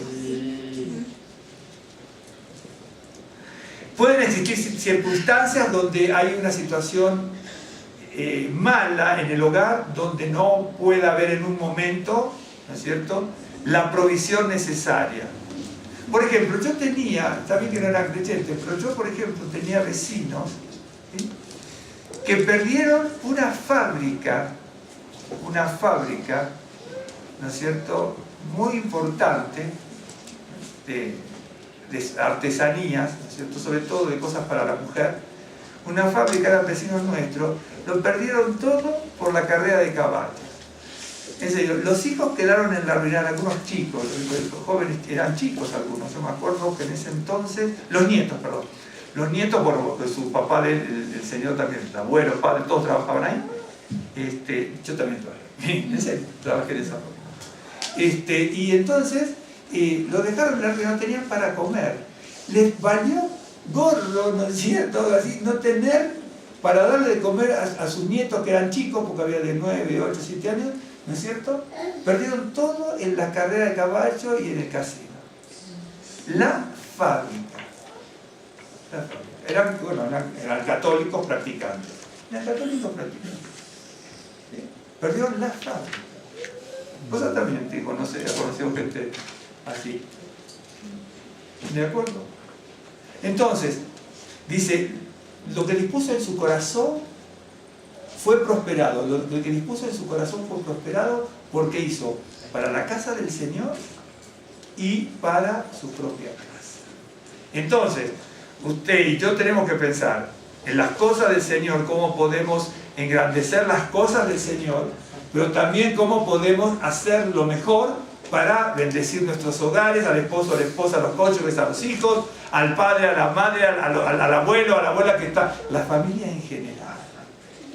Por eso dice: fue prosperado en todo lo que dispuso en su corazón, pero para su casa y para la casa del Señor. Entonces uno ve en la Escritura cuando uno dispone su corazón, ¿no? Hay muchísimos casos. Con Nehemías y Esdras pasó exactamente lo mismo. Si usted lee la historia va a ver que aparecen las mismas palabras. Daniel era un jovencito, ¿no es cierto? Daniel y sus 3 compañeros eran jóvenes. Yo no creo que pasarían los 19 años cuando fueron llevados, porque eran la élite de la élite. Ellos eran hombres de palacio, como Ezequiel, como Jeremías, como Isaías, como Zacarías. No así como Nahum, Miqueas, Amós, o sea que ya eran más para el pueblo en general, por así decirlo. No quiere decir que no importaba mucho, más bien. Pero Daniel y sus compañeros eran príncipes, no solamente eran profetas, sino que eran príncipes de Israel. ¿De acuerdo? Y entonces fueron llevados, chicos jóvenes, bien educados en la palabra del Señor, con el compromiso y el corazón dispuesto. Y el Señor, siendo tan jovencitos, les dice que les provechó todo conocimiento, inteligencia, conocimiento, entendimiento, en ciencia y en todo entendimiento que necesitaban, ¿no? Pero si usted se fija, en Daniel 1:8 dice: Daniel propuso en su corazón. Aquí se usa otra palabra, no es la anterior. Había cuando cantamos sin shalom, que dice pom pom, no de pom pom, no, pom de poner, pom pom pom, pasen. Acá se usa la palabra poner, disponer, ¿no es cierto? Acá se usa la palabra sim, el verbo sim, que es poner, depositar, establecer, proponer, dar, etc. Dice, Daniel propuso en su corazón no contaminarse con la porción de la comida del rey, ni con el vino que él bebía. Pidió por tanto el jefe de los eunucos que no se les obligase a contaminarse. ¡Qué bárbaro! Hoy, por ejemplo, vamos a poner un joven, ¿no es cierto? Cuidado, a ver si me entiende. De hecho que me entiende, pero verdad que usted conoce la historia tanto mejor que yo.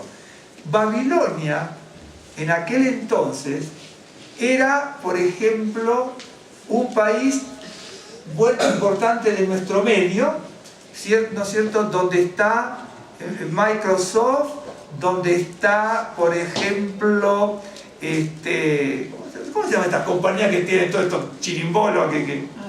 Apple y la otra, ¿cómo es la de este señor judío? ¿Cómo es? Facebook y todo eso. Imagínense esa época ahí. Entonces, hoy un niño dice, no, yo quiero la mejor tablet.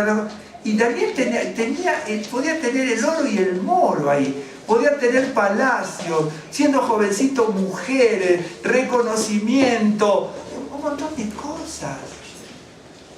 No, por la historia, por haber estudiado la historia, algo estudiado, no creo que pasara los 19 años. Yo me inclino entre los 17 y 18 años como máximo, que tuvieran Daniel y sus compañeros cuando lo llevaban. Más. Cuando uno estudia la historia hay que ver por qué edad tenían en un momento determinado y va hacia atrás y se calcula eso. Y entonces, cuando le dice, mira, aquí vas a tener los mejores manjares del rey. Hoy sería el mejor manjar del rey. No, a mí, yo quiero las mejores aplicaciones, quiero la mejor aquello, que lo otro. Mira, la gente hoy se pone acá, se pone acá, se lo saca por acá, se pone acá, en todos lados es así. En todos lados. Eso es lo que le estaban ofreciendo a Daniel. Aquí tienen la mejor riqueza. No se olviden que los babilónicos venían desde los sumerios. ¿Sí? Miren cuántos siglos habrían pasado. ¿Sí? Los sumerios tenían hasta las proporciones para hacer el vidrio, mi hermano. Y los babilónicos son, gracias, hermano. Y los babilónicos son posteriores. ¿Ok? Claro, tenían la riqueza cuando Estados Unidos eran pantanos y Londres eran pantanos, en Babilonia se bebía en copas de oro. ¿De acuerdo?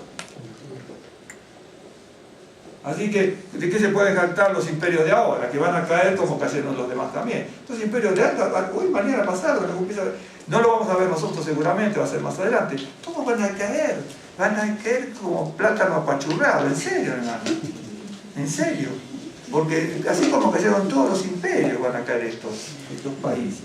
Aparte por la maldad que hacen todos, de un lado y del otro, del Medio Oriente y los que están en Europa en todo. Matan a los niños, matan a cualquiera, ponen gases venenosos, tiran bombas atómicas, matan vientre y mundo de bronce y pie de hierro y pierna de hierro y pie de hierro y barro cocido. Es decir, el mundo está declinando de lo que es el oro a estar barro con hierro, que no se pueden juntar. Dicen, todas las naciones van a hacer pactos, pero jamás se van a unir. ¿O quién le cree? O le creo a la profecía o le creo a todos los políticos que están hablando en el mundo. Daniel tenía la verdad. El profeta Daniel tenía la verdad. ¿Por qué tenía la verdad? Porque dice, dispuse mi corazón para no contaminarme con cosas del mundo. Dice, no, me dispuse mi corazón para no tomar las cosas del babilónico. Acán tomó el dinero, el manto y los lingotes de oro. Acán. Y trajo muerte a toda su familia.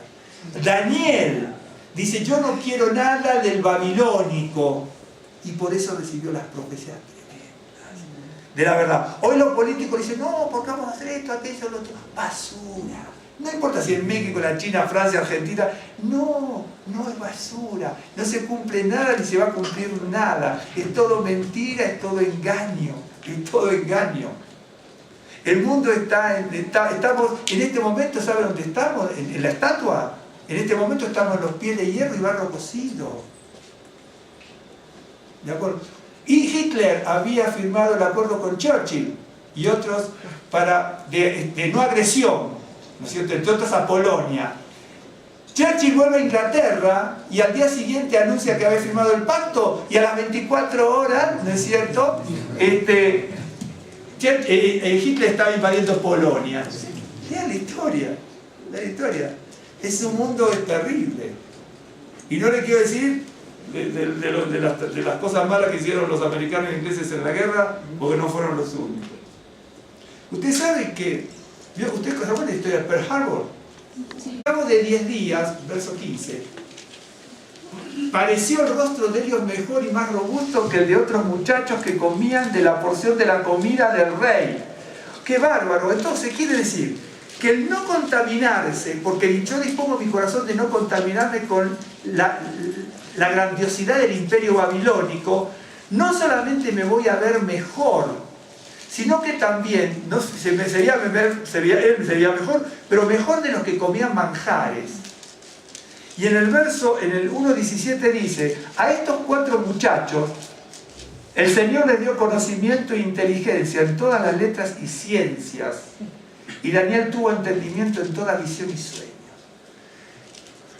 Inteligencia, entendimiento, conocimiento, visiones, profecías y una salud robustecida por comer cosas distintas a las que el mundo ofrece.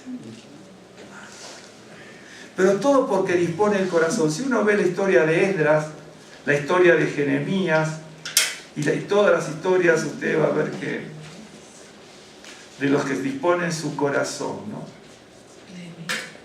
¿Perdón? Nehemías también, exactamente. Bueno, le voy a mostrar algo y está para terminar, ¿no? Siempre hay que disponer el corazón. ¿Cómo disponemos el corazón, ¿no? Acuérdense los dos que le digo, ¿cierto? No usar y no... y no mirar, ¿no? Acuérdense de eso. Dice en Efesios, le voy a mostrar una cosa bien interesante. En Efesios 1.9 dice, dándonos a conocer el misterio de su voluntad, según su beneplácito, el cual se había propuesto en sí mismo. Esto hay que leerlo y entenderlo y estudiarlo, pero ahora sigo. 3 y 8 eso. Bendito sea el Dios y Padre de nuestro Señor el Mesías Yeshua, que nos bendijo. ¿Se acuerda que dice que Él había propuesto, ¿no es cierto?, hacer conocer el misterio de su voluntad? Entonces, como da a conocer el misterio de su voluntad, el cual se había propuesto hacernos conocer el misterio de su voluntad, del 3 al 8 dice así, bien, que nos bendijo con toda bendición espiritual. Porque cuando se propone el Señor de los cielos a través del Mesías bendecirnos, nos bendice, porque se propone hacer eso, se dispuso. Nos bendice con toda bendición espiritual en los lugares celestiales en el Mesías. Según nos escogió, es decir, nos bendice y nos escoge en Él antes de la fundación del mundo, para que fuésemos santos y sin mancha delante de Él en amor. Es decir, nos bendice espiritualmente, nos escoge y nos bendice en amor, habiéndonos predestinado para ser adoptados hijos. Otra bendición espiritual, nos escoge en amor como hijos. Por medio del Mesías Yeshua, según el puro afecto de su voluntad, para la alabanza de la gloria de su gracia, con lo cual nos hizo aceptos en el amado, a quien tenemos redención por su sangre, el perdón de los pecados, según las riquezas de su gracia, que hizo sobreabundar para con nosotros en toda sabiduría e inteligencia. En estos versos que acabamos de ver, es lo que nos proporciona como consecuencia de que nos hace conocer el misterio de su voluntad. La voluntad de Dios está encerrada en un misterio que nos revela porque así lo dispuso en su corazón. Y le voy a decir lo que hay aquí. Bendición espiritual, escogidos por amor. Estoy leyendo los versos. Como hijos, alabanza de su gloria, aceptos al amado, redención por su sangre, perdón de pecados y sobreabundancia en sabiduría e inteligencia. Ahora, si usted y yo no tenemos sabiduría e inteligencia en sobreabundancia, como dice aquí, es porque algo está faltando de nuestra parte para conectarnos, disponiendo nuestro corazón, para que conozcamos, ¿no es cierto?, como dice allí, el misterio, ¿no es cierto?, que Él quiso revelar. Cuando usted lee la Escritura, hermano, se va a sorprender de quienes dispusieron su corazón y quienes recibieron bendiciones. Josué dispuso su corazón tremendamente, sirviendo a Moisés 40 años. ¿Sabe lo que le podía haber dicho a Moisés? Mira, Moisés, yo ya tengo 40 años contigo, para arriba, para abajo, de aquí, de allí, de aquí, de allí, de aquí, de allí, y estamos de mal en peor. ¿Sí? Y a mí, dame otro puesto. Dame que la gente me reconozca. Le podía haber dicho eso. ¿Cuántas veces nosotros, incluso orando con el Señor, decimos, Señor, reconóceme algo, ¿no? Y a veces, algunas veces así, ¿no? ¿Qué te pasa conmigo, no? ¿Y sabe lo que le dijo a Moisés cuando le tuvo que dar aliento? Le dice, cuídate, Josué, porque el pueblo con el que vas a entrar, conmigo fue muy rebelde, contigo va a ser peor. Eso le dice, contigo va a ser peor. Dice, cuando entres a la tierra prometida, el pueblo de Israel va a ser peor de lo que fue cuando estuvimos en el desierto. Entonces, una persona que necesita aliento, necesita otras palabras, ¿no? Pero esas son las palabras de verdad, las palabras sinceras. ¿De acuerdo? Yeshua, hoy, por ejemplo, si uno lo mira como son los líderes de este mundo, Yeshua no es el líder, sería el antilíder, Yeshua hoy. Porque cuando Yeshua le dice, el Señor, quiero seguirte, hoy, por ejemplo, supongamos, aquí en México, vio que había que, si usted le llevaba 10.000 firmas a un candidato, ¿no? Significaba sacrificio y muerte. Lo que está diciendo allí, porque la Iglesia Católica, ni luterana, ni reformista existía. La cruz era símbolo de muerte y de sacrificio. Lo que le está diciendo, si tú no estás dispuesto a sacrificarte y a morir, no vendrás conmigo. Eso es traducido lo que Él le dice, toman la cruz y síganme. Señor, queremos seguirte. Dice, pero no, fíjate primero, si me vas a seguir, fíjate el costo. Hoy es el antilíder. Porque si usted, por ejemplo, aquí en México que hay elecciones, usted que pudo conseguir 100.000 firmas de alguien, se lo lleva a un candidato y dice, dame las 100.000 firmas. ¿No? Y cuando alguien le llevaba a alguien a Yeshua, le decía, fíjate el costo. Fíjate el costo.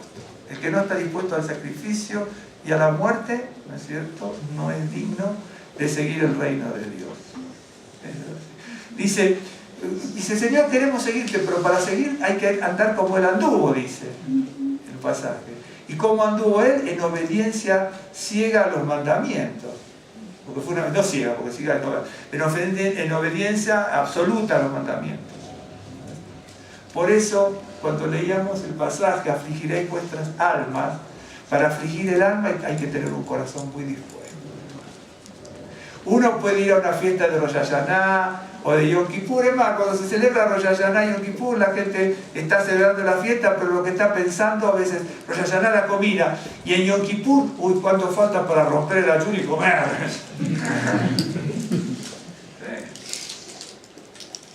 Entonces, ¿dónde está el afligir el alma? ¿Dónde está el afligir el alma? Vamos a hacer una oración. Avinu Malkeinu, Padre nuestro, Rey nuestro, Señor de toda misericordia, Santo de Israel, Creador del cielo y de la tierra. Señor, sea glorificado tu nombre.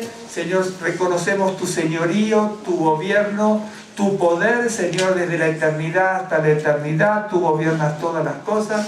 Tú has creado, Señor, el universo, has creado el cielo y la tierra, nos has creado y nos has formado a nosotros. Y nosotros nos humillamos, Señor, delante del trono de la gracia, implorando el favor altísimo. Levantamos nuestro clamor al lugar santo, Señor, imploramos y suplicamos que te apiades de nosotros. Señor, perdona nuestras faltas, perdona nuestros pecados, perdona a veces nuestra falta de compromiso, perdona a veces nuestras irresponsabilidades, perdona, Señor, muchas veces nuestra desobediencia. Señor, perdona muchas veces nuestra falta de fidelidad para todo lo que tenemos que emprender con tu palabra, Señor. para poner en práctica. Bendito y alabado sea tu nombre. Seas tú en esta hora, Señor, abriéndonos las ventanas y puertas de los cielos, Señor, proveyéndonos la sabiduría, el conocimiento y el entendimiento que necesitamos. Seas tú abriéndonos las ventanas de los cielos y proveyéndonos la unción de tu Ruach HaKodesh y el conocimiento divino. Seas tú abriendo las ventanas y las puertas de los cielos, proveyéndonos, Señor, la luz que viene de lo alto. Ilumina nuestra mente, ilumina nuestras vidas, fortalece nuestro corazón y trae aliento de esperanza, Señor, para nuestro espíritu. Ábrenos las puertas de par en par en el camino, librándonos de todo tropiezo y traba, y que así como hemos visto algunos siervos tuyos, Señor, que verdaderamente dispusieron su corazón para contigo, Señor, tú les diste grandes bendiciones y reconocimiento que viene de lo alto, ese reconocimiento espiritual y la bendición. Así fue con Salomón, así fue con Esdras y con Nehemías, así fue con Daniel, con Josué, con Josafat y tantos siervos tuyos, Señor, que dispusieron su corazón. Señor, pon en nosotros el querer como el hacer para que podamos disponer nuestros corazones, seguir el camino adelante, Señor. Sabemos que en el mundo tendremos aflicción, pero a través de nuestro Mesías que has enviado, ha vencido el mundo. Bendito y alabado sea tu nombre, Señor. Capacítanos con la sabiduría que viene de lo alto. Señor, renueva nuestras fuerzas. En esta hora las fuerzas físicas, las fuerzas mentales, la fuerza espiritual, Señor, restaura en nuestras vidas. Bendito y alabado sea tu nombre. Señor, bendícenos cada día y trae bendición y prosperidad a nuestros hogares, abundancia de tus manos para nuestros hogares y nuestras familias, y prosperidad y abundancia de tus manos y riquezas en gloria para nuestra congregación.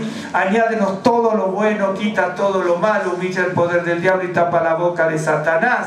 Señor, desnuda tu brazo de poder y tu mano poderosa, blandiendo tu espada, cortando, Señor, espíritus de impiedad que impiden que podamos crecer y que podamos madurar. Señor, todo espíritu de impiedad en nuestras vidas, en nuestros hogares y familias, en nuestro caminar y en nuestra congregación, todo espíritu de impiedad sea quitado, Señor, y seamos cubiertos por el poder de lo alto. Bendito y alabado sea tu nombre, Señor. Te damos gracias en el nombre de Yeshua HaMashiach. Señor, aderézanos mesa en el camino. Señor, alimentanos con delicados pastos de tu palabra y agua de reposo. Que podamos, Señor, estar afirmados en la roca eterna y ser guardados como la niña de tu ojo. Y que podamos ver, Señor, que tú eres nuestra luz y nuestra salvación y no hemos de temer de nadie, Señor, porque tú nos sustentas con la diestra de tu mano y de tu poder, nos guardas en tu tabernáculo en el día del mal. Que podamos crecer, Señor, junto a corrientes de agua de tu palabra, que fluya, Señor, para conocimiento de nuestras vidas, para entendimiento y para que podamos aplicarla, Señor, en cada momento de nuestras vidas. Te damos gracias, Señor, en el nombre de Yeshua HaMashiach. Amén. Señor les bendiga, hermanos, y el Señor les guarde.